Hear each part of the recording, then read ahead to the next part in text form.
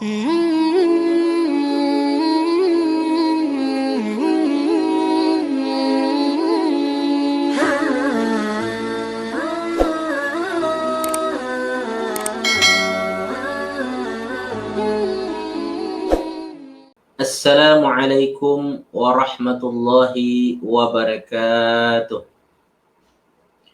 Alhamdulillahi rabbil alamin, wassalatu wassalamu ala ashrafil anbiya'i wal mursalin wa ala alihi wa sahbihi wa man iktada bihadi ila yaumiddin. Allahumma ya fattah, Allahumma ya alim, Allahumma ya khabir, Allahumma ya mubdi, Allahumma ya mu'id, Allahumma aftah alaina futuhal arifin وافتح علينا حكمتك وانشر علينا من خزائن رحمتك يا أرحم الراحمين. اللهم ارحمنا بالقرآن واجعله لنا إماما ونورا وهدى ورحمة. اللهم ذكرنا منه ما نسينا وعلمنا منه ما جهلنا وارزقنا تلاوته آناء الليل وأطراف النهار واجعله لنا حجة يا أرحم الراحمين. سبحان ربك رب العزة عما يصفون. Wassalamun alal mursalin walhamdulillahi rabbil alamin. Puji syukur kita kehadirat Allah Subhanahu wa taala atas pelbagai limpahan rahmat dan karunia pada kita semua. Kemudian salawat dan salam tidak lupa juga kita sampaikan dan peruntukkan untuk junjungan Nabi besar Muhammad sallallahu alaihi wasallam. Baik saudara fillah yang kasih sekalian, insya-Allah tadabbur kita pada hari ini akan fokus membincangkan surah An-Nahl ayat 89 dan 90. Dua ayat saja insya-Allah. Mari kita baca terlebih dahulu ayat-ayat ini dan sila tuan-puan baca masing-masing di rumah. A'udzu billahi minasy syaithanir rajim. Bismillahirrahmanirrahim.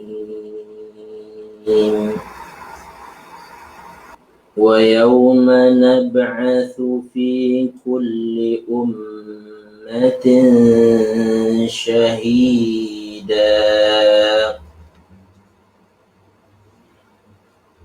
شَهِيدًا عَلَيْهِمْ مِنْ أَنفُسِهِمْ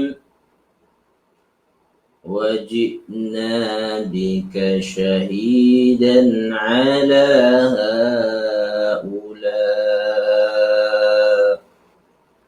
وَنَزَّلْنَا عَلَيْكَ الْكِتَابَ تِبْيَانًا لِكُلِّ شَيْءٍ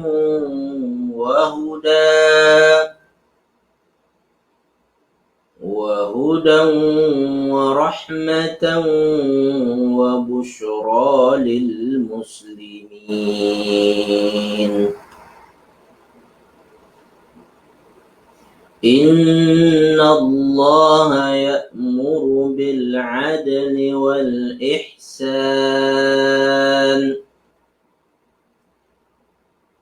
وَالْإِحْسَانِ وَإِيتَاءِ ذِي الْقُرْبَى وَيَنْهَى عَنِ الْفَحْشَاءِ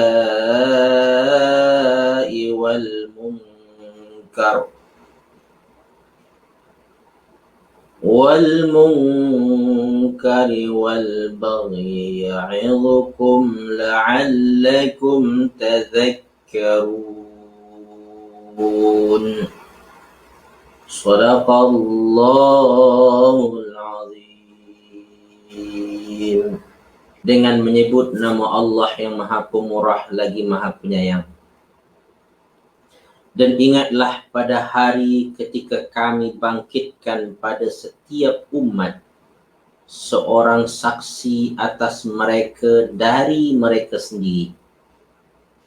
Dan kami datangkan engkau Muhammad menjadi saksi atas mereka.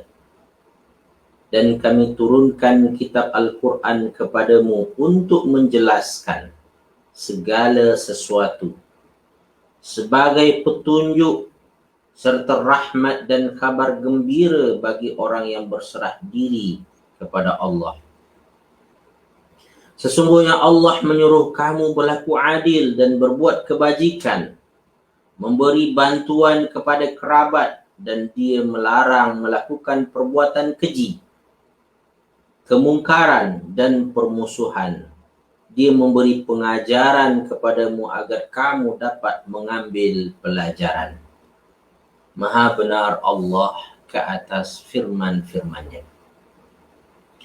Saudara fillah yang dikasihi sekalian, pada pertemuan lepas kita menjelaskan tentang bagaimana kesudahan orang-orang yang ingkar kepada Allah Subhanahu wa taala, sama ada ingkar dari segi nikmat ataupun ingkar terhadap kenabian dan kerasulan dan pengutusan Nabi Muhammad sallallahu alaihi wasallam. Kesudahan mereka adalah kesudahan yang hina, kesudahan yang mereka itu berada dalam kesusahan demi kesusahan, penderitaan demi penderitaan, azab demi azab. Dan mereka ini tiada siapa yang akan menolongnya. Maka Allah Subhanahu wa taala mengingatkan kita kepada ayat yang kita baca tentang penegasan bahawa akan adanya saksi ke atas setiap umat, yang mana tiada umat melainkan akan ada saksi yang akan diambil daripada mereka, menunjukkan kepada mereka bahawasanya Allah sudah cukup memberi petunjuk, memberi hidayah, memberi yang apa patut untuk mereka beriman, untuk mereka percaya kepada Allah Subhanahu wa taala. Allah dah cukupkan untuk mereka. Datangkan saksi. Siapakah saksi mereka itu? Saksi mereka adalah para nabi dan rasul. Dan saudara fillah yang dikasihi sekalian, Imam Ar-Razi dalam kitab beliau Mafatihul Ghaib mengatakan bahawasanya yang dimaksudkan dengan umat pada ayat ini bukan hanya umat satu nabi, satu rasul, akan tetapi juga dia bermaksud adalah generasi al-qarni. Al-ummah bermakna al-qarni wal jamaah. Dia kata umat ini boleh bermakna adalah satu generasi dan satu jemaah, yang mana berdasarkan kepada apa yang dinyatakan oleh Imam Fakhruddin Ar-Razi ini, bahawasanya kalau kepada umat diutus seorang nabi dan rasul kepada mereka untuk menjadi saksi, dan pada setiap generasi dan pada setiap kumpulan jemaah mesti ada seorang saksi, yang mana pada asasnya saksi itu adalah seorang yang layak untuk diteladani, layak untuk dicontohi. Maka pada setiap generasi ada orang yang layak untuk kita contohi, untuk kita teladani. Pada zaman Nabi Muhammad SAW, maka dialah yang paling layak pada waktu itu. Meninggal Nabi Muhammad SAW, wafat beliau diganti oleh sahabat-sahabat yang mulia seperti Abu Bakar Siddiq, Umar bin Khattab. Mereka itu adalah contoh-contoh teladan. Sahabat-sahabat semua boleh dikatakan adalah contoh teladan. Sebagaimana Rasulullah SAW bersabda, ashabi kan nujum, sahabat-sahabat aku itu seperti bintang di langit.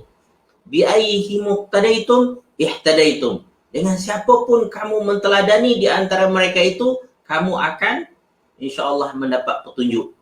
So, pilihlah salah seorang karakter daripada sahabat Nabi, lalu kita cuba untuk beramal dengan ataupun mengikuti karakter tersebut, kita akan selamat insyaAllah. Kita akan mendapat petunjuk. Tuan nak jadi siapa? Nak jadi Umar bin Khattab yang tegas, berani, gagah, perkasa, kan?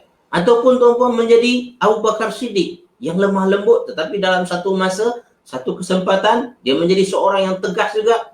Ataupun tu seperti Uthman bin Affan yang kaya, dermawan dan lembut hati. Atau tuan-tuan seperti Ali bin Abi Talib, seorang yang berilmu, lautan ilmunya, banyak perkara yang dia ketahui, dan dia juga seorang yang lemah lembut. So, sahabat-sahabat Nabi semuanya adalah orang-orang hebat. Kita boleh mencontoh daripada mereka. Dan tuan-tuan dikasihi sekalian, meninggal sahabat-sahabat Nabi, ada generasi selanjutnya, generasi tabi'in. Pada kalangan mereka itu terdapat contoh teladan juga bagi kita. Habis tabi'in, datang pula tabi'in, ada contoh lagi. Dan generasi kita sekarang ini tuan-puan, ada contoh-contoh teladan juga yang boleh kita jadikan teladan kita. Saksi di sini maksudnya yang boleh kita lihat perbuatan, tindakan, sikap tersebut, lalu kita ikuti dan kita beramal dengannya, insya-Allah kita pun akan selamat, kita pun akan berjaya. So, saudara fillah ni kasih sekalian, berdasarkan kata Imam Fakhruddin Ar-Razi ini, Allah Subhanahu wa taala mengutus, menghantar kepada kita individu-individu yang boleh kita ikuti. Tetapi ada ciri-ciri dia nanti. Ada karakter-karakter yang perlu kita ikuti agar kita dapat mengikuti individu yang benar. Individu yang betul-betul membawa kita kepada kebahagiaan dunia dan akhirat. Ini nanti kita akan bincangkan. Namun pada asasnya ayat ini mengingatkan kita bahawasanya pada setiap umat, pada setiap generasi, pada setiap jemaah dan kumpulan akan ada individu-individu yang mempunyai ciri-ciri yang boleh kita ikuti. Jangan kita menganggap bahawasanya hanya orang baik ini ada pada zaman Nabi saja. Tidak. Pada zaman kita pun sekarang ini, kalau kita ikhlas, kalau kita betul-betul bersungguh mencari contoh teladan, kita akan jumpa. Masalah kita tidak ada keinginan dan kesungguhan tadi itu. Kita terus menafikan bahawasanya zaman sekarang ini zaman edan. Mak cakap orang Indonesia kan. Zaman yang teruk, zaman perang. Semua orang ni ngarut semua. Tak ada yang betul. Semua salah belaka. Tak ada yang boleh kita contoh. Kalau dah itu kefahaman tuan-puan, dah itu keyakinan tuan-puan dan kasih sekalian, memang tuan-puan tak akan jumpa. Maka berdasarkan pendapat Imam Ar-Razi ini tuan-puan, bahawa pada setiap umat, pada setiap generasi, pada setiap jamaah ada tu. Kalau kita ikhlas, insya-Allah kita akan mendapat faedah daripada mereka ini. Tuan-tuan puan-puan dikasihi sekalian, bahkan ada yang berpendapat seperti Abu Bakar Al-Asam yang mengatakan bahawasanya saksi-saksi ini bukan hanya orang, bukan hanya individu-individu, akan tetapi saksi itu juga datang daripada diri kita sendiri, min anfusihim, daripada diri mereka sendiri, yang menurut Abu Bakar Al-Asam itu adalah 10 anggota badan. Apakah 10 anggota badan yang akan menjadi saksi ke atas kita? Dia kata adalah ainani, iaitu 2 mata kita, udhunani, dan 2 pendengaran kita. Ini akan menjadi saksi nanti ni. Mata, pendengaran. Kemudian apa lagi? Yadani, 2 tangan. Rijlani, 2 kaki kita. Berapa dia tu? 2, 2, 4. Tangan 2, 6. Kaki 2, 8. Dan kemudian apa lagi? Ada 10 kan? Yang ke-9 adalah wal jild, iaitu kulit-kulit kita ni. Kulit kita ini akan menjadi saksi nanti. Dia pun ada monitor, ada kamera juga ni. Tangan-tangan, kulit-kulit kita ni kulit badan kita ada kamera yang merakam. Yang ni CCTV Allah Subhanahu wa taala ada pada badan kita, dia kata. Dan yang ke-10 apa itu? Wal lisan, iaitu lidah kita. Lidah kita ini akan menjadi saksi terhadap semua yang kita lakukan. Jadi saudara fillah yang dikasihi sekalian, ada saksi di kalangan manusia dan ada saksi di kalangan anggota badan. Ini pendapat Abu Bakar Al-Asam yang dinukilkan oleh Imam Fakhruddin Ar-Razi dalam tafsir beliau. Tapi Imam Fakhruddin Ar-Razi tidak cenderung untuk mengambil pendapat ini. Menurut dia adalah individu-individu, orang-orang yang Allah Subhanahu wa taala wujudkan di muka bumi ini, yang mana mereka ini akan menjadi saksi kepada kita. Mereka akan bercakap, menjelaskan keadaan kita nanti. Oh, si fulan itu begini dia. Oh, si fulan ini begini dia. Dan kita pun tuan-puan, daripadanya nanti kita akan dapatkan teladan dan contoh yang baik. So, saudara fillah yang dikasihi sekalian, maka Allah ingatkan, di akhirat nanti saksi-saksi ini akan diminta tampil oleh Allah Subhanahu wa taala. Ya. Maka saksi pertama yang akan tampil tuan-puan adalah Nabi. Allah Subhanahu wa taala mengatakan, "Wajidna bika syahidan 'ala haula." Dan kami mendatangkan engkau Muhammad sebagai saksi ke atas mereka. Tuan-puan kasih sekalian, sebelum saya lupa tuan-puan, bahawasanya ketika orang meninggal, kita ada talqin, kita ada semacam tuan-puan kasih sekalian pernyataan, ya, ataupun waktu jenazah ya, dilaksanakan, maka kita kadang-kadang mendengar ada imam ataupun yang mengepalai pelaksanaan jenazah itu berkata, kami bersaksi bahawa si fulan ini adalah orang baik. Ini tuan-puan salah satu bentuk penyaksian juga, bentuk kesaksian juga. Jadi tuan-tuan puan-puan dikasih sekalian, ketahuilah bahawasanya apa yang orang nyatakan kepada kita semasa kita dah meninggal nanti, itu satu bentuk kesaksian tuan-puan. Cuba tuan-puan bayangkan kalau tuan-puan meninggal nanti orang cerita apa pasal tuan-puan? Orang cerita positif ke atau orang cerita negatif pada tuan-puan? Orang bercakap kebaikan tuan-puan ke atau bercakap keburukan tuan-puan? Kalau sekiranya tuan-puan mati, yang orang ingat tentang tuan-puan adalah kebaikan. Oh, si fulan itu Masya Allah ibadahnya bukan main. Saya sangat salut dengan dia. Kalau sekiranya tuan-puan meninggal nanti orang berkata, kalau dia itu saya mengaji memang ambil sanad daripada dia. Saya memang suka belajar dengan dia. Saya suka kalau duduk dengan dia. Kalau dia membaca tersebut sedap bukan main. Kalau tuan-puan jenis orang yang bersedekah, kan, Masya Allah dia itu tak berhenti pada masa hidup dia itu membantu, menolong. Saya di antara orang yang mendapatkan bantuan dan pertolongan. Kesaksian-kesaksian seperti ini tuan-puan akan kembali diungkap, akan kembali ditonjolkan di padang mahsyar nanti, diminta satu persatu. Ya. Maka saya berharap pada tuan-puan kasih sekalian, kalau Allah Subhanahu wa taala minta kesaksian tuan-puan ceritalah baik-baik kepada saya kan. Ya Allah, mudah-mudahan tuan-tuan puan-puan orang-orang yang mengenali saya menyampaikan kesaksian yang baik, ya, mengakui kebaikan kita. Tetapi kita yakin tuan-puan, kita ikhlas pada Allah Subhanahu wa taala, Allah akan jadikan orang-orang sekeliling kita memberikan kesaksian yang baik. Ikhlas dengan hati, dia akan sampai pada hati juga insya-Allah. Baik, tuan-tuan puan-puan dikasihi sekalian. Jadi Allah Subhanahu wa taala akan datangkan saksi-saksi ini nanti. Bermula dengan siapa pertama? Dengan para nabi dan rasul yang diutus kepada mereka. Saudara fillah yang dikasihi sekalian. Lalu Allah Subhanahu wa taala pada ayat, sebelum kita lanjutkan tuan-puan, kita ambil daripada tadabbur ayat ini dulu. Pada bagian ayat ini kita ambil satu tadabbur tuan-puan, bahwasanya mukmin produktif berusaha mengikuti teladan terbaik di zamannya. Arti kata tuan-puan, mukmin produktif tuan-puan, dia akan cuba cari orang yang boleh diteladani, orang yang boleh dia ikuti. Maka carilah, ikut kepada bidang. Sekarang ini tuan-puan tak boleh ikut orang pada semua bidang, ya. Zaman Nabi tuan-puan terkumpul padanya segala kebaikan. Maka tuan-puan mencontoh padanya apapun. Bab dunia, tuan-puan contoh, bab akhirat, tuan-puan contoh, bab akhlak, tuan-puan boleh ikuti semua bidang. Ya, sebagai seorang ayah, dia bagus. Seorang ibu, dia bagus. Dia seorang pasangan, dia bagus tuan-puan. Seorang pemimpin, seorang guru, memang dia adalah yang terbaik tuan-puan. Maka semuanya tuan-puan boleh ambil dari satu individu.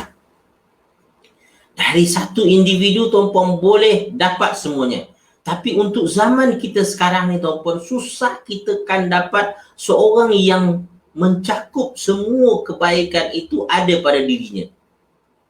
Maka tuan-puan kena bersedia bahawasanya dalam bab ini saya nak tiru si fulan ni. Dalam perkara ini saya akan ikut si fulan ni. Memang kita perlu seperti itu.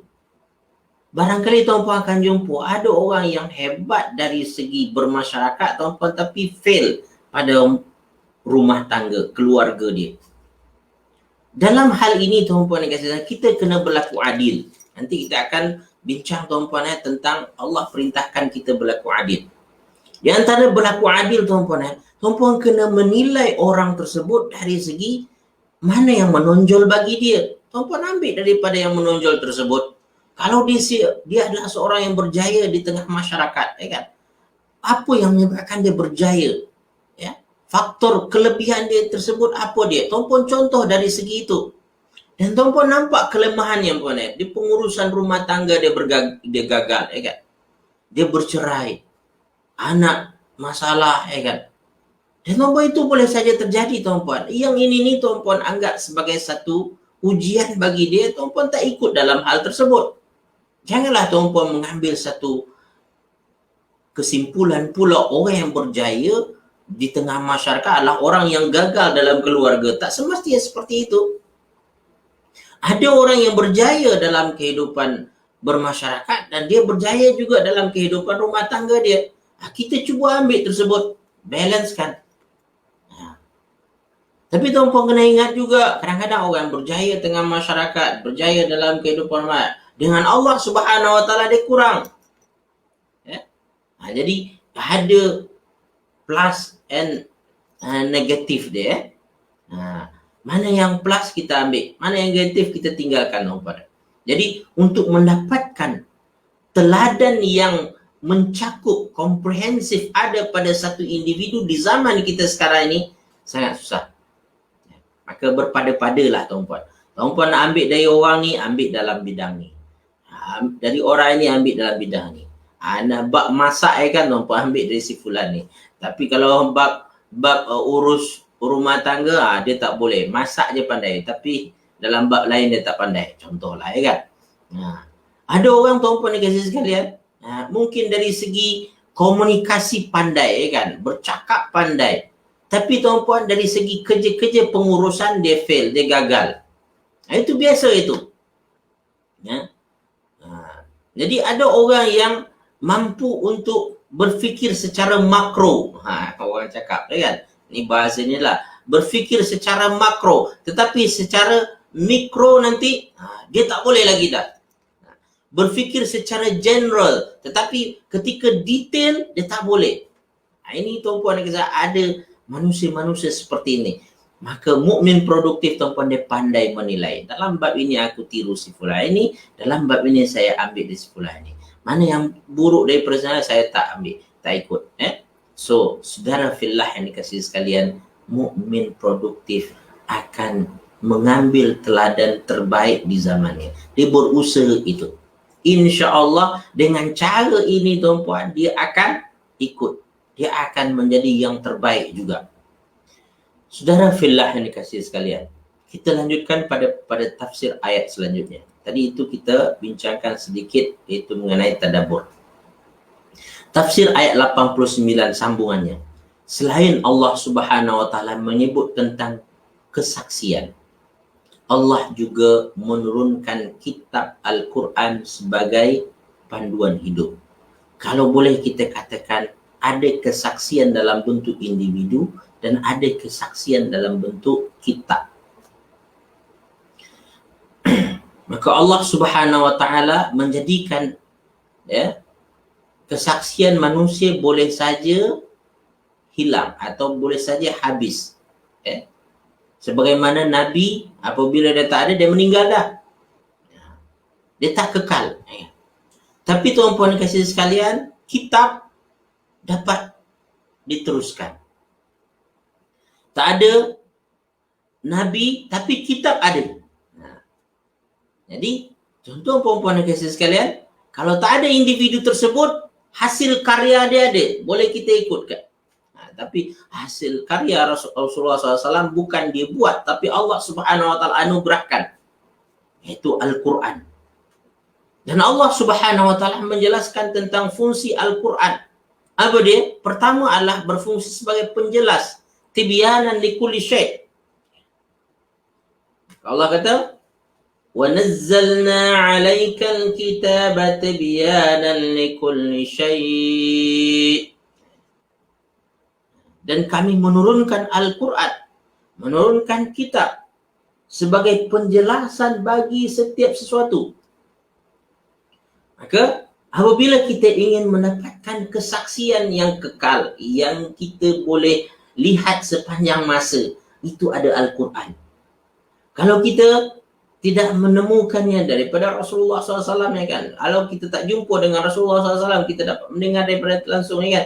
Maka kita baca Quran. Apabila seorang mukmin produktif berhadapan dengan masalah, perkara pertama yang dilakukan adalah akan merujuk pada Al-Quran dulu. Tengok Al-Quran. Baca Al-Quran. Maka Al-Quran itu akan ada penjelasan. Disebutkan tibyanan di sini, tuan-puan. Dia bukanlah penjelasan yang detail sampai sedetail-detailnya, tidak. Penjelasan yang mungkin bersifat general, ambil bahagian-bahagian tertentu, tetapi apabila kita fikirkan, kita dalami lagi, maka kita akan dapatkan, ya Allah, inilah sebenarnya isyarat dalam Al-Quran ini. Jadi Al-Quran ini mengisyaratkan seperti ini, dan inilah maksud dia mungkin. Detailnya bagaimana? Detailnya daripada Al-Quran adalah, satu adalah tuan-puan baca sunnah Rasulullah SAW. Baca hadis-hadis Rasulullah SAW. Maka hadis-hadis Rasulullah adalah penjelas kepada ayat-ayat Al-Quran.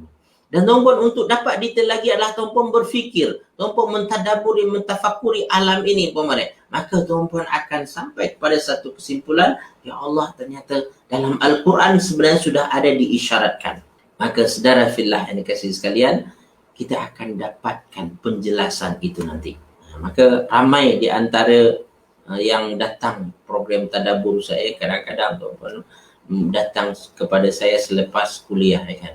Ustaz, terima kasih Ustaz. Saya rasa bertuah datang perkongsian Ustaz, kuliah Ustaz hari ini. Ya, masalah yang saya fikirkan beberapa lama ini, ternyata dengan apa Ustaz jelaskan tadi itu selesai dah, ya kan. Saya dapat faham, saya dapat tangkap. Masya Allah, terima kasih. Setumpuan saya tak sengaja pun nak cerita mengenai masalah orang, ya kan. Tetapi Al-Quran bercerita tentang masalah kita dan diberikan penyelesaian kepada kita. Dan apabila kita suka membaca Quran dan mentadaburinya, terutamanya mendalaminya, insya Allah ada isyarat-isyarat dari tadi itu.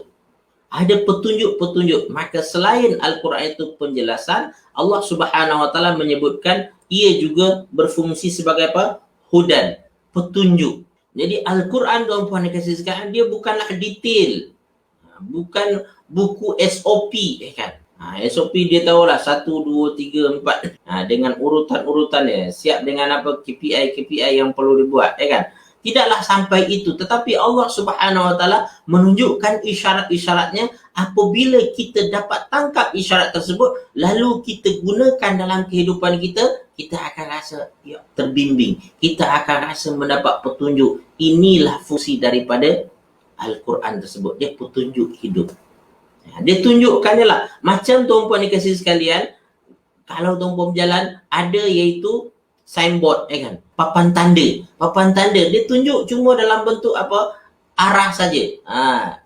Tanda ke kiri, tanda ke kanan, satu hala. Ya kan? So tuan-puan, dia dalam bentuk tu. Seperti itulah Al-Quran. Dia hanya memberikan petunjuk-petunjuk, sign-sign. Okey, maka kata seperti siapa, saya tak ingat mengatakan bahawa Al-Quran itu adalah sign. Sign bukan sains yang ilmu sains, tak. Sign yang bermakna adalah tanda. Al-Quran adalah tanda, sign, yang menunjukkan kepada kita tanda-tanda. Dia tak detail tahu, dia tanda-tanda cuma. Apabila kita follow tanda tadi tu, ikut tanda tu, kalau dia kata arah kanan, tuan-puan ikut, insya-Allah tuan-puan akan selamat. Dan nanti kata lepas tanda tu, tuan-puan akan jumpa yang lain pula, jumpa yang lain pula. Dia akan bersambung-sambung nanti. Jadi saudara fillah yang dikasihi sekalian, Al-Quran itulah hudan, ialah petunjuk. Maka apabila tuan-puan ikut petunjuk tu, tuan-puan akan dapat fungsi Al-Quran yang ketiga, iaitu rahmat. Dalamnya ada rahmat. Baru terasa tuan-puan, Masya Allah, banyak benda yang saya dapat. Betul Puan Nakia, science not science. Betul. Jadi Al-Quran itu adalah rahmat. Rahmat bila tuan-puan? Apabila tuan-puan follow the sign tadi tu. Tuan-puan ikut petunjuk tadi tu, baru tuan-puan rasa, ya Allah, begini ya. Tuan-puan. Ada rahmat dia nanti. Baru tuan-puan rasa Allah ini tak pernah jauh daripada saya. Allah ini sentiasa dekat, memberi bimbingan, memberi tunjuk ajar. Rahmat Allah Subhanahu wa taala terasa bagi tuan-puan. Alhamdulillah ya Allah. Ini. So, rahmat Allah Subhanahu wa taala bermula daripada Al-Quran. Apabila kita ikuti Quran, tuan-puan akan dapat rahmat. Dan dalam ayat lain, tuan-puan, Al-Quran itu bukan hanya sebagai rahmat, adalah mubarak. Itu penuh berkat. Menyebabkan segala yang tuan-puan ada nanti jadi berkah. Berkah itu macam mana tanya? Dia akan rasa cukup saja. Elok-elok je. Dan dengan yang sedikit yang tuan-puan ada, tuan-puan boleh buat banyak. Ini berkah ni.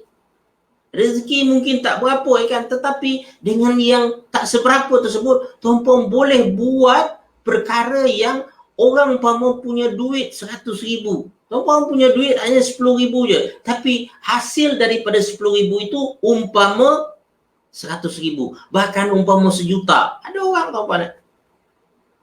Kita tengok tuan-puan individu-individu yang berkah hidup tuan-puan. Saya dikongsikan tuan-puan tentang atuk pada isteri saya. Dia seorang ustaz juga di Teluk Intan dulu.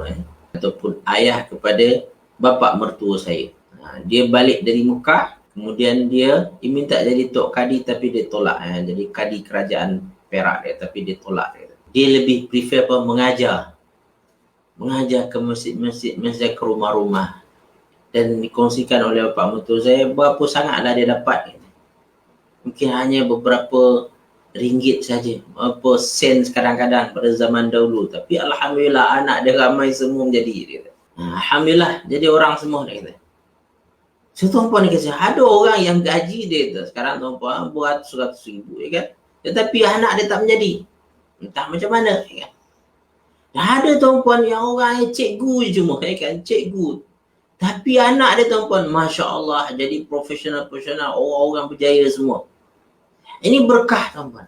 Dan ketahuilah berkah itu akan terasa bagi orang yang ikut petunjuk Al-Quran. Merujuk kepada Al-Quran dalam kehidupannya. Dia akan rasa rahmat, limpah kurnia Allah Subhanahu wa taala. Di antara rahmat yang tak boleh kita ini kan tuan-puan, apabila kita buntu ada je jalan keluar. Ini satu rahmat Allah Subhanahu wa taala. Ada kita kesusahan tuan-puan, ada saja yang menolong. Ada saja perkara yang membantu kita. Ini rahmat Allah. Sehingga hidup kita tak ada yang sampai susah. Sampai betul-betul tuan-puan jatuh flat, tak ada. Saudara fillah yang dikasihi sekalian, Al-Quran rahmat Allah Subhanahu wa taala. Dan apa lagi tuan-puan yang kasih saya, yang keempat disebutkan oleh Allah pada ayat ini adalah Al-Quran juga mengandungi berita gembira bagi orang-orang yang muslim, bagi orang-orang yang berserah diri kepada Allah Subhanahu wa taala. Wa busyra lil muslimin, dan berita gembira bagi orang-orang yang berserah diri. Orang yang berserah diri seperti apa yang kita sebutkan pada pertemuan lepas ya, bahwasanya di akhirat nanti orang-orang kafir berserah diri kepada Allah setelah mereka tak ada pilihan. Tapi orang beriman tuan-puan dan kasih sekalian, mereka berserah diri kepada Allah Subhanahu wa taala sebab dia tahu kebesaran Allah, dia tahu keagungan Allah, dia tahu bahawa segala yang ada ini balik kepada Allah Subhanahu wa taala. Maka dia berserah diri atas pilihan. Orang yang berserah diri kepada Allah atas pilihan ini, dia akan ada good news nanti. Allah akan bagi kepadanya berita-berita gembira yang menyebabkan dia rasa semakin semangat untuk melakukan kebaikan, semakin semangat mendekatkan hubungannya kepada Allah Subhanahu wa taala. Saudara fillah yang dikasihi sekalian, inilah fungsi Al-Quran. Jadi apabila orang-orang yang menginginkan kebaikan dalam kehidupan dunia, maka dia baca Quran makin dia dapat kegembiraan, keseronokan. InsyaAllah iman yang aku yakini, InsyaAllah amal saleh yang aku lakukan, Allah Subhanahu wa taala tak akan sia-siakan. Allah akan balasnya, Allah akan ganti dengan baik. Tuan-tuan puan-puan dikasihi sekalian, alhamdulillah kita lihat apakah tadabbur daripada ujung ayat 89 ini. Teladan yang baik adalah teladan yang kuat berpegang dengan Al-Quran dan Sunnah. Ini dia. Tadi kita kata bahawasanya pada setiap generasi, pada setiap kumpulan jemaah akan ada individu-individu yang boleh kita jadikan saksi dan kita jadikan juga teladan, jika kita jadikan contoh bagi kita, apakah tandanya, apakah sifat utamanya. Sifat utamanya kuat berpegang dengan Al-Quran dan Sunnah Rasulullah SAW. Dia cuba untuk laksanakan isi Al-Quran, dia cuba untuk laksanakan sunnah-sunnah Rasulullah SAW. Maka semakin tuan-puan melihat seseorang semakin dekat dengan Al-Quran, semakin dekat dengan sunnah Rasulullah SAW, tuan-puan, contohlah dia. Ke saudara fillah yang dikasihi sekalian, kita sambung dahulu pada ayat yang selanjutnya, iaitu ayat yang ke-90, yang mana Allah Subhanahu wa taala pada ayat ini seperti yang dikatakan oleh ulama tafsir, di antaranya adalah Imam Fakhruddin Ar-Razi mengatakan ayat 90 ini jama'a fi hadhihi al-ayati ma yattasilu bitaklifi fardan wa naflan. Ayat ini mengandungi kesimpulan, mengkombinasikan semua perintah Allah dan larangan Allah, maka direngkaskan dengan ayat 90 ini. Kalau nak tahu kesimpulan daripada perintah Allah dan kesimpulan daripada larangan Allah Subhanahu wa taala, baca surah An-Nahl ayat 90 ini. Apakah kesimpulan yang ada pada ayat ini? Sebelum kita bercerita tentang kesimpulannya, tuan-puan, kita ingin tahu dahulu apa asbabun nuzul ayat ini. Asbabun nuzul ayat ini diriwayatkan oleh Uthman bin Maz'un, yang mana dikatakan bahawasanya ketika turun ayat ini, Uthman bin Maz'un ini baru masuk Islam. Ma aslamtu awalan illa hayaan min Muhammadin sallallahu alaihi wasallam. Uthman bin Maz'un sendiri pernah mengaku bahawasanya dia masuk Islam pada permulaannya hanya segan dengan Nabi Muhammad sallallahu alaihi wasallam. Dia segan. Dia kata masuk Islam tu segan dengan Muhammad sebab Nabi Muhammad ni orang baik. Ketika dia ajak, dia ikutlah. Ini yang dinyatakan oleh Uthman bin Maz'un. Walam yataqarraril Islam fi qalbi, kata. Islam pada masa itu belum masuk ke dalam hati saya. Baru hanya seperingkat, iaitu ikut-ikut saja baru. Belum Islam yang kuat. Fahadartuhu zata yaumin. Maka pada satu hari saya menemui Rasulullah SAW. Lalu Rasulullah SAW memanggilnya. Wahai Uthman, duduk sini. Maka Uthman pun duduk di samping Rasulullah SAW. Dan ketika Uthman duduk di samping Rasulullah SAW, ini bukan Uthman bin Affan, Uthman bin Maz'un, dia lain orang dia. Maka Uthman bin Maz'un ini berkata, ketika aku duduk tersebut, Rasulullah SAW tiba-tiba memandang ke langit. Dan ketika memandang ke langit tersebut, beberapa saat lepas itu Rasulullah SAW macam mengangguk menandakan faham. Ya. Lalu dia melihat ke arah sebelah kananku, dia kata. Kemudian dia pandang lagi ke langit, dia kata. Dan ketika dia balikkan, dia mengangguk-angguk lagi. Ya. Dan aku yang melihat tersebut merasa pelik, sehinggalah Rasulullah SAW, aku tanya, kata. Dan Rasulullah SAW menjawab, sesungguhnya baru saja datang kepadaku malaikat Jibril menyampaikan wahyu kepadaku, yang mana Allah Subhanahu wa taala memerintahkan aku dengan firman-Nya, innallaha ya'muru bil adli wal ihsan wa ita'i dzil qurba wa yanha 'anil fahsya'i wal munkari wal baghi ya'idzukum bih la'allakum tadhakkarun. Saya dapatkan wahyu ini, iaitu sesungguhnya Allah memerintahkan kamu untuk berlaku adil. Pertama apa itu? Memerintahkan untuk berlaku adil. Kemudian wal ihsan, dan berbuat baik. Wa ita'idil qurba, membantu karib kerabat. Wa yanha 'anil fahsya'i wal munkar, melarang daripada perkara keji dan mungkar. Wal baghi, dan baghi itu bermakna permusuhan dalam satu tafsir, dan ada lagi beberapa makna kita akan bincangkan nanti. So, tuan-tuan dikasihi sekalian, ya'idzukum bih, itulah yang diperintahkan kepadaku, disuruh untuk kamu melakukan semua. Mudah-mudahan kamu mengambil pelajaran daripadanya. So, saudara fillah yang dikasihi sekalian, apabila aku mendengar ayat itu, masuk dalam hati aku Islam, Maknanya Islam ini, dia kata, menyuruh kepada kebaikan, menyuruh kepada perkara yang memang fundamental dalam kehidupan ini. Perkara fundamental itu adalah berlaku adil, berbuat baik, menjaga hubung kerabat, menghindarkan perkara keji dan mungkar serta permusuhan. Dan saya rasa ini adalah satu perintah yang terbaik. Maka semenjak itu, kata Uthman bin Maz'un, masuklah Islam itu ke dalam hati aku. Aku rasa Islam itu memang yang terbaik. Panduan hidup yang sesuai. Ini yang dikatakan oleh Uthman ibn Maz'un. Jadi ia turun pada waktu Uthman ibn Maz'un datang pada Rasulullah SAW. Sehingga Islam itu masuk dalam hati dia, tuan-tuan. Baik, saudara fillah yang dikasih sekalian. Oleh itu Islam kandungannya apa? Kandungannya lebih kurang ini sebenarnya. Kesimpulannya ada pada ayat ini. Sebagaimana dikatakan Qatadah lagi, tuan-puan, tiada akhlak mulia di zaman jahiliah melainkan Allah perintahkan. Nanti kata adalah Islam ini memberi yang terbaik. Mana yang baik pada zaman jahiliah disebutkan balik. Mana yang buruk dibuang. Dan disimpulkan semua yang baik itu pada 3 perkara. Apakah dia? Pertama, iaitu berlaku adil. Berlaku adil, tuan-puan, ini adalah kesimpulan daripada agama ni.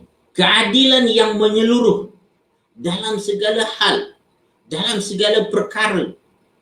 Maka keadilan ini mencakup, tuan-puan, keadilan zahir, keadilan batin. Keadilan zahir macam mana? Keadilan dalam segi penampilan luaran kita.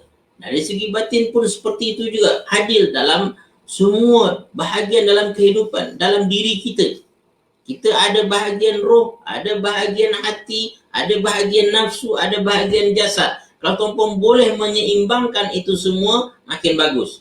Saya rasa ada pada perkongsian buku kita ada sebutkan, iaitu Rawatut Tawazun fil Islam. Kalau tuan-puan tengok, ada video yang kita bincang sama-sama, iaitu bicara buku, bicara santai. Tajuknya adalah Rawatut Tawazun fil Islam.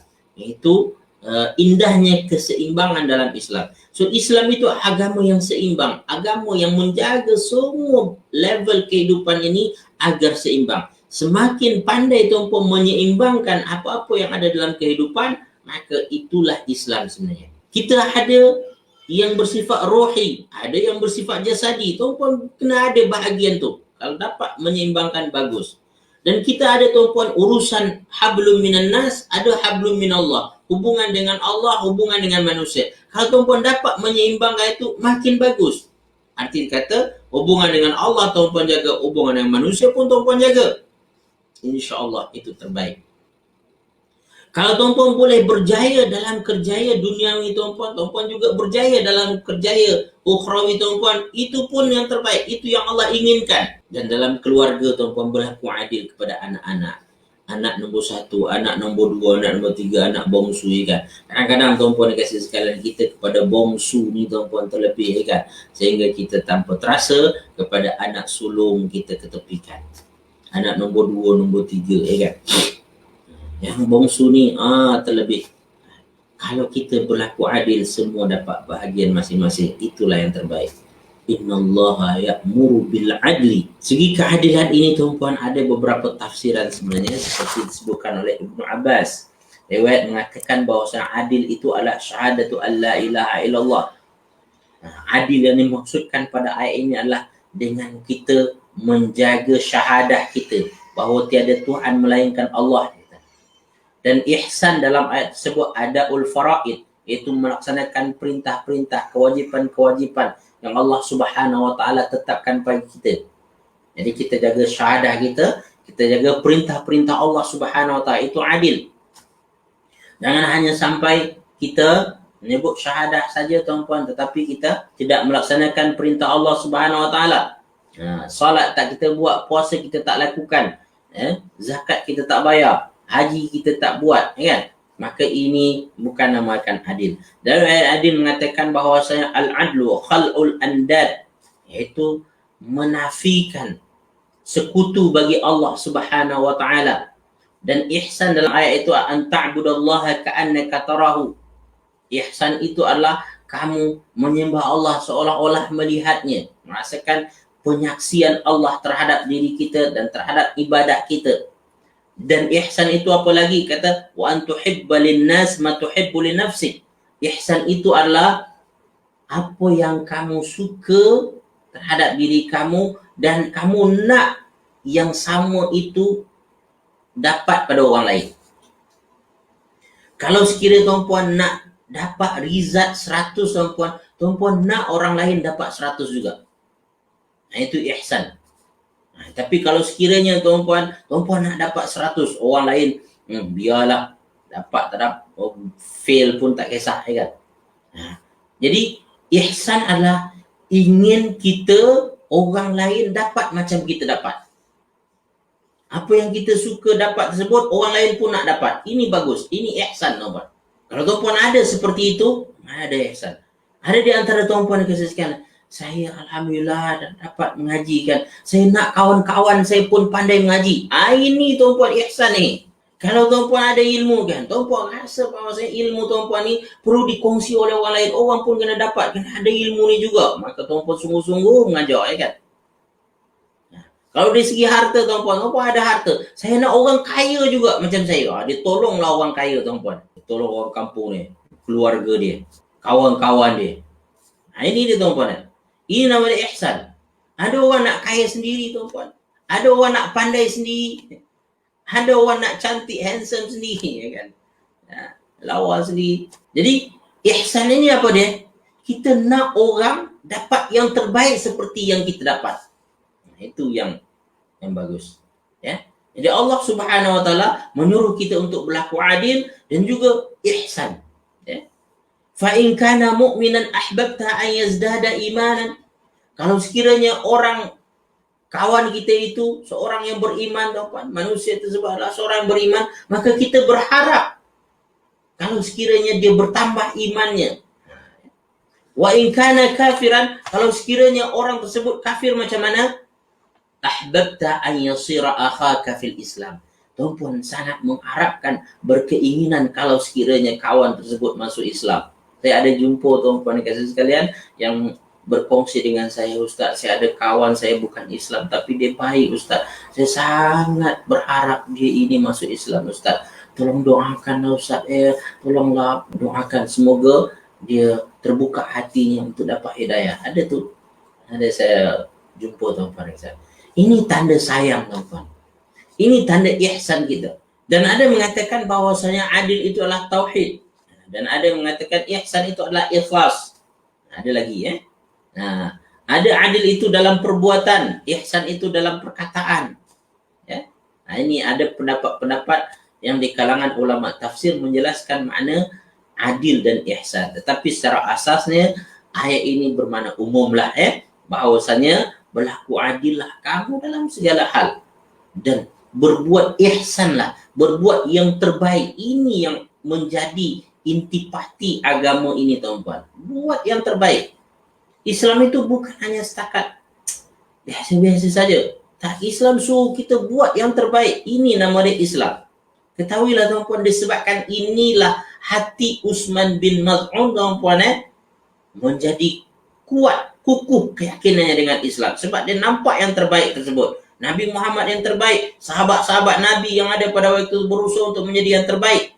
So, innallaha ya'muru bil adli wal ihsan. Dan perkara ketiga daripada, jadi kedua tadi apa? Berbuat ihsan. Dan perkara ketiga, tuan-puan kasih sekalian, adalah Islam menggalakkan kita untuk menjaga hubungan kekeluargaan.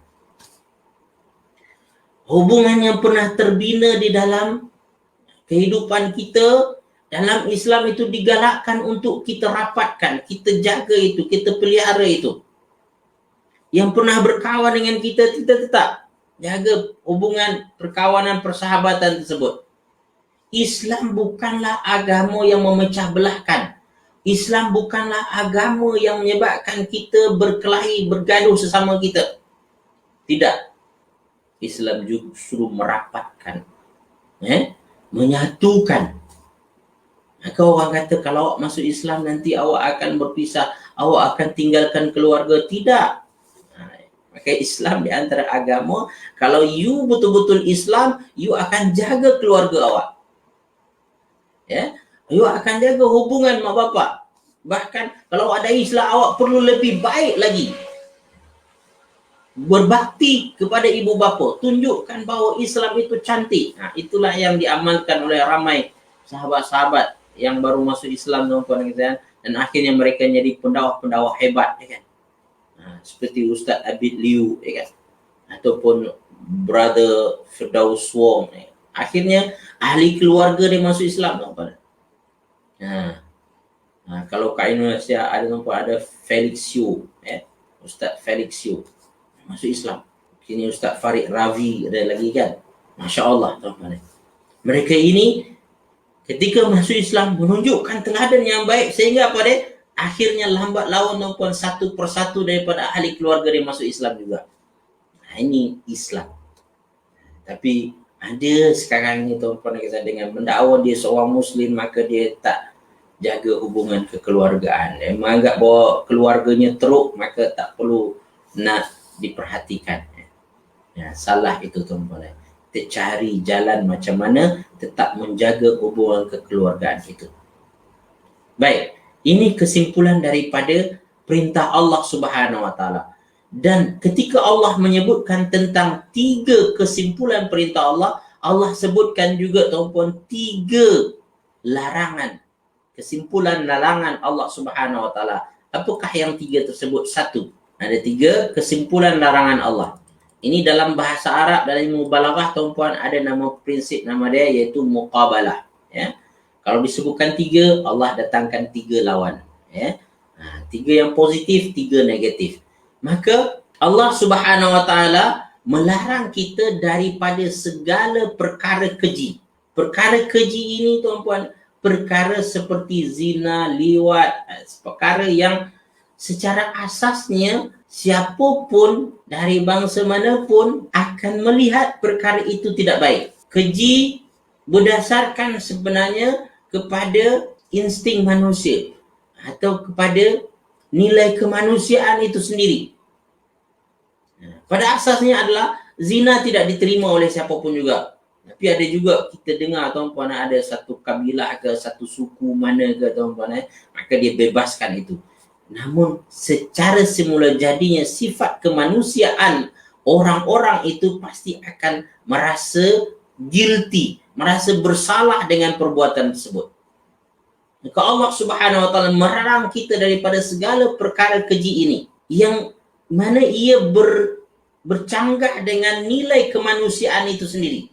Segala sesuatu yang bercanggah dengan nilai kemanusiaan itu adalah perkara keji. Seolah-olah, tuan-tuan, perkara keji ini, tuan-tuan, kebalikan daripada adil yang disebutkan Allah di depan. Keadilan, tuan-tuan, itu diterima, ialah nilai universal. Universal value yang mana semua bangsa, semua orang, semua pihak, tuan-tuan, sukakan keadilan.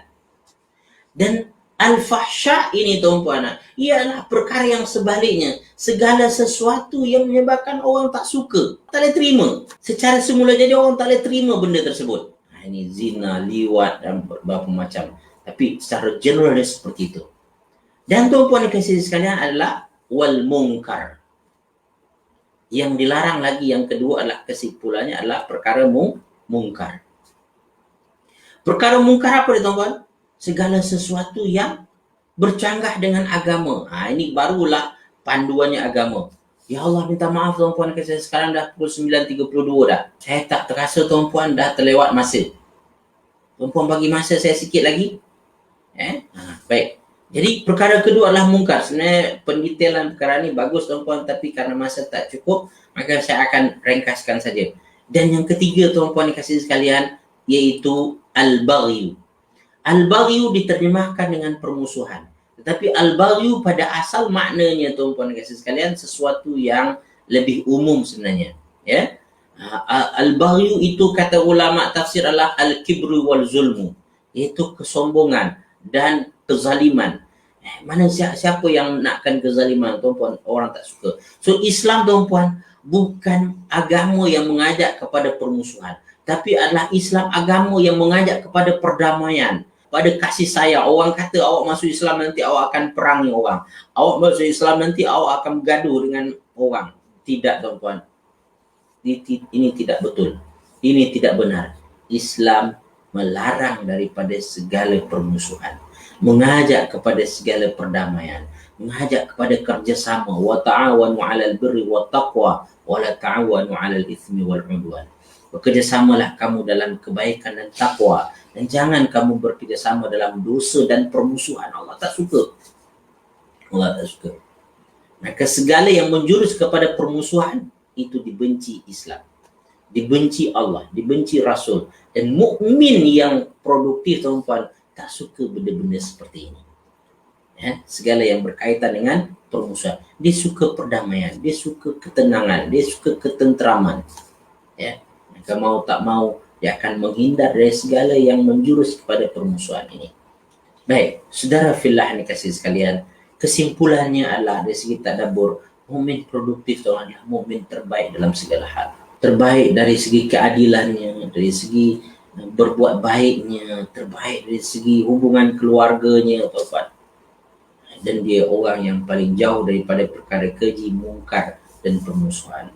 Memang cantik personality mukmin produktif kalau ikut panduan surah An-Nahl ini dan Al-Quran secara umumnya, hadis Nabi.